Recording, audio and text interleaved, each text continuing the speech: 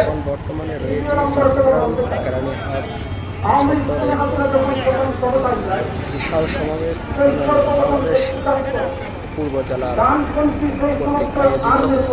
সেখানে আমি রয়েছি। সেখানে বিশাল সমাবেশ রয়েছেন প্রধানমন্ত্রী ডক্টর বেলাল সিসি, প্রধান বক্তা করিম বিশেষ উদ্দেশ্যে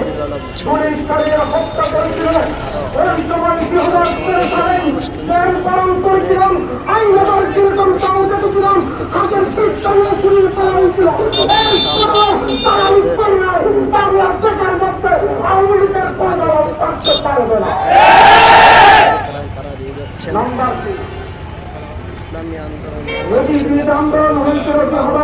ছাত্র আন্দোলনের হামলা